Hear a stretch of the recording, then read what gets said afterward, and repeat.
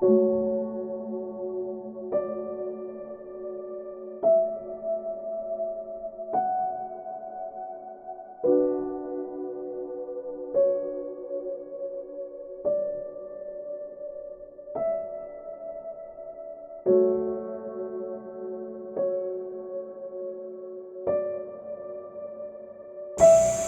Pelita itu kalau saya sendiri warisan keluarga ya.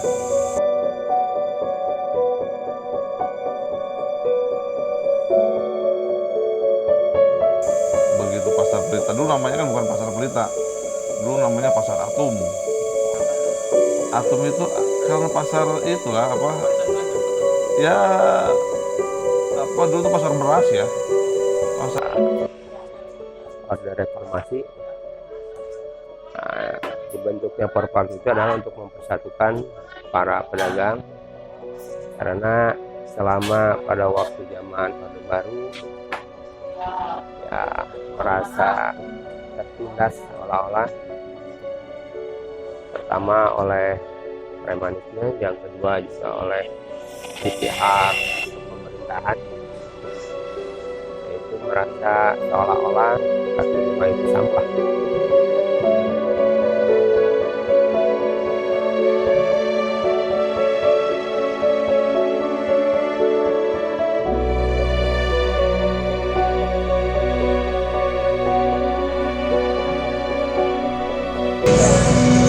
Kira-kira kalau ini disampaikan ke wali kota, mau ngomong apa ke wali kota?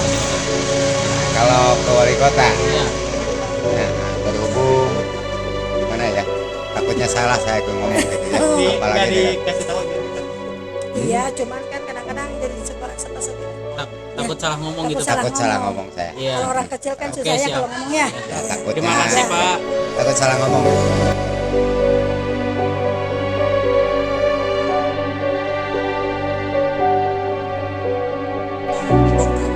Terus 4 kali dibongkar ulang milu dijawab akhirnya mau beli lagi suka beli kita udah Nah, itu kenapa mahal 40 juta sakoe kajisna 50.000 amun teu lalisa kumaha 40 juta per meter.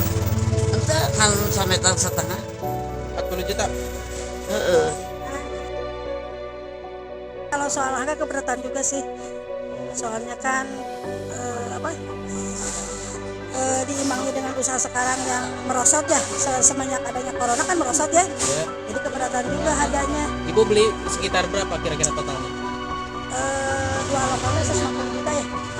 Ya, yang mana? Joko. Ya, itu Bu, Pak, 100. Dua lokal 75 ya.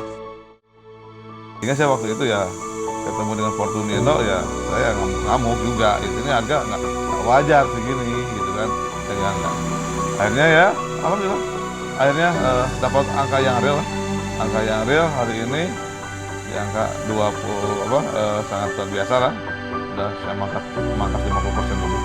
Nah, untuk peran Perpakis mengenai pembangunan pasar, yaitu pertama meminta kepada pemerintah atau pihak yang terkait, karena apalagi sekarang itu musim corona, boro-boro mikiran pasar, pikiran kehidupan sehari-hari juga udah susah. Jadi bukan nggak mau untuk masuk ke dalam, itu jelas kami dari dulu juga ingin ada kemajuan untuk masuk ke dalam. Yang jadi permasalahan ya uangnya itu untuk DP-nya nggak ada. Jadi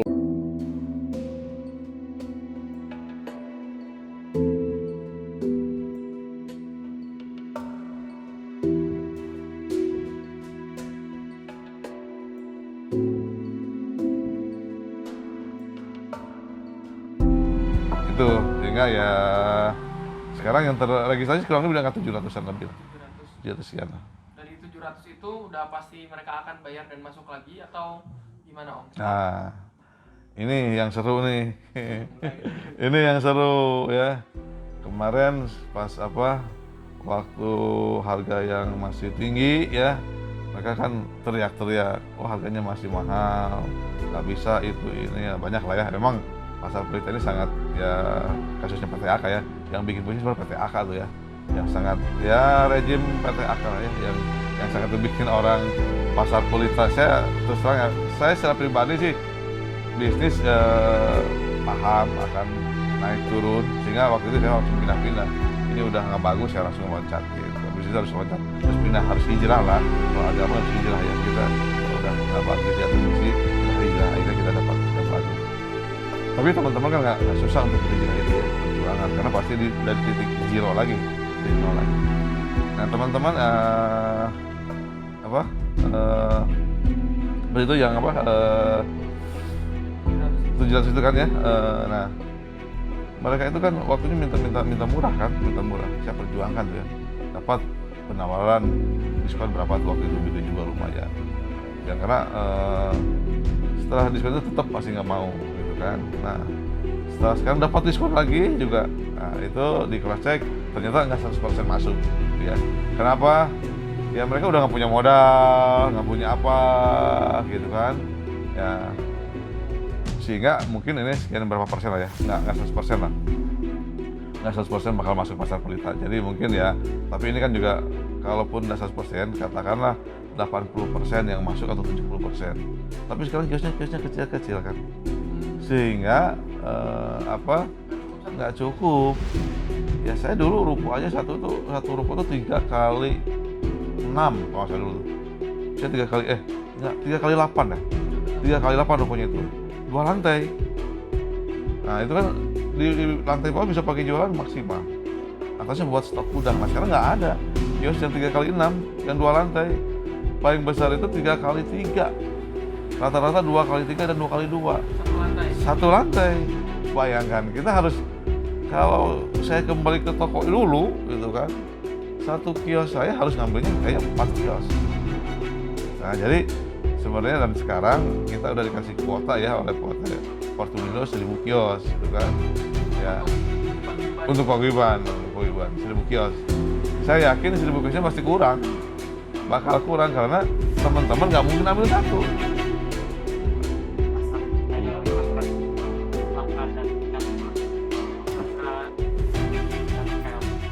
Ya jelas, kalau dirugikan jelas. Jujurnya untuk pembangunan yang pertama itu sama PTAK, kami Porpaki juga ikut daftar, ikut ketipu lah istilahnya seperti itu. Dikumpulkan kwitansi itu kurang lebih antara 200 jutaan. Ya emang ada yang bayar 1 juta, ada yang 5 juta, ada yang 15 juta. Itu udah hangus. Karena alasan pemerintah pada waktu itu kami tidak mengumpulkan fotokopi itunya, fotokopi kwitansi Bopingki dan sebagainya. Nah, karena pada waktu itu wilayah kami itu kebakaran, jadi nggak sempat untuk memberikan itu kwitansinya ke sana. Jadi sampai sekarang ya udah nggak ada solusinya gitu ya. Saya minta ke sana kemari juga karena itu udah beres antara perjanjian antara pihak pemerintah dengan pihak pengembang yang baru. Jadi kami tidak termasuk tidak dimasukkan ke perjanjian itu karena kayaknya udah telat, kata beliau, kata pemerintah seperti itu.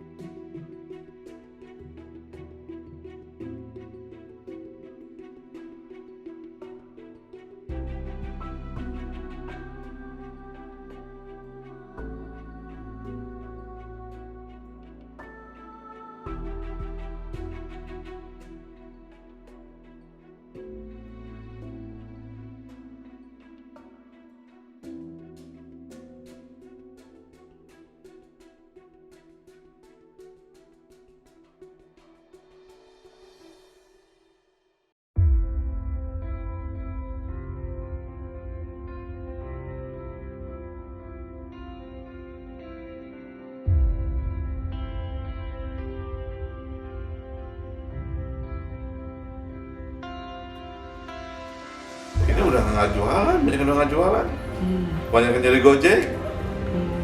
Udah mereka ya berangkat pasar kita 7 tahun ya. Iya 7 tahun. Kalau 2 tahun sih mungkin mereka masih bisa survival lah ya.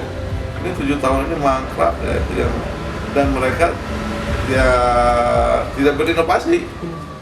Itu kan akhirnya ya banyak ya, susah, banyak yang itu. Dan mungkin ya sekarang mereka juga paham kalau pasar ini sumbernya duit ya.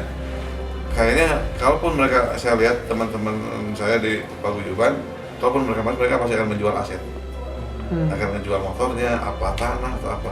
Karena mungkin ya mereka ya dari nenek moyangnya, kalau saya sendiri kan saya dari nenek kakek lah jualan dong. Hidup itu di pasar aja. Kalau mau cari duit di pasar, gitu. Memang ya pasar tuh sumbernya kehidupan ya, sumbernya kehidupan gitu. Ya sekarang ya apapun ya, kalau ini selesai ya kita juga sama. Kayak ngejual mobil apalah, jelas kita punya tempat kios di pasar kita itu. Kalau ngandelin ya 7 tahun ya kita susah. Juga pernah mau dipindahkan ke eksterminal. Ya, saya Forpakis menolak ke sana karena itu bukan pasar. Karena secara kalau misalkan para dagang gitu di bukan tempat jualan, maka itu tidak akan maju, pasti akan bangkrut gitu. Nah, minta kepada pemerintah ya seputar itu aja lah. Ya sebelah mana ada khusus pasar. Nah itu. Nah terus atau kalau enggak juga dioperalihkan. Jadi jangan sampai ada yang nganggur.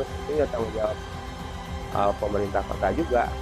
Mau di usaha apa? Di parkiran pakai apa? Nanti ya jangan sampai ya, jadi pengangguran gitu. Kenapa? Karena dia bisanya itulah jualan itu.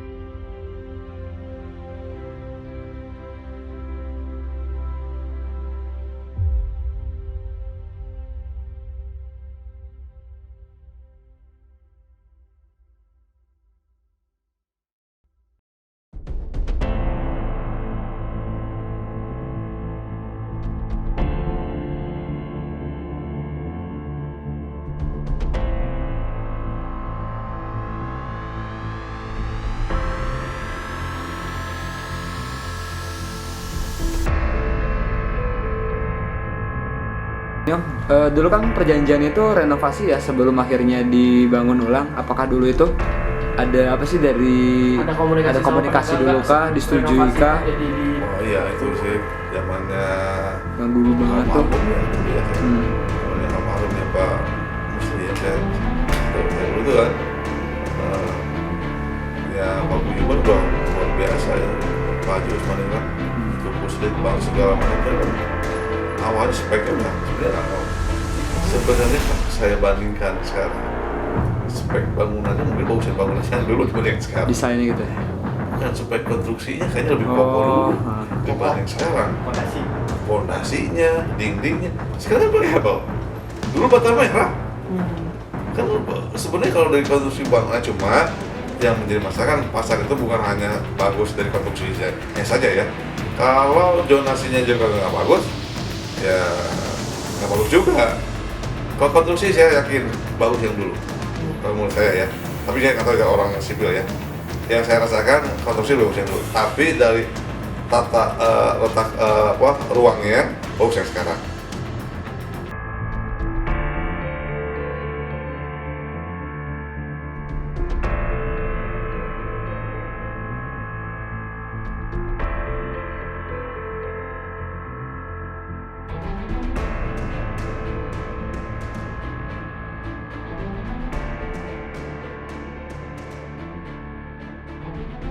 Rencana Paguyuban untuk renovasi. Ya, itu rencana Paguyuban untuk renovasi.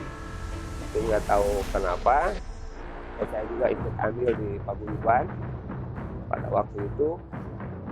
Nah, begitu selang dulu pemilihan wali kota, pas begitu wali kota sudah jadi waktu Pak Muraj, wali kota jadi, ya atau jadi ke PT AK. Dikasihkan aja. Jadi PT AK itu dibongkar semua. Dan ya, nasibnya seperti ini. Banyak kena imbas daripada PT AK itu sendiri. Dulu Om sebelum yang direvitalisasi sekarang kok ada pungli nggak sih Om? Dulu nggak sih ya dulu ya. Dulu nggak. Dulu ya karena dulu itu Saya Pak zamannya sebelum Pak Murti siapa tuh? Paudi Nuswara ya, Paudi Nuswara.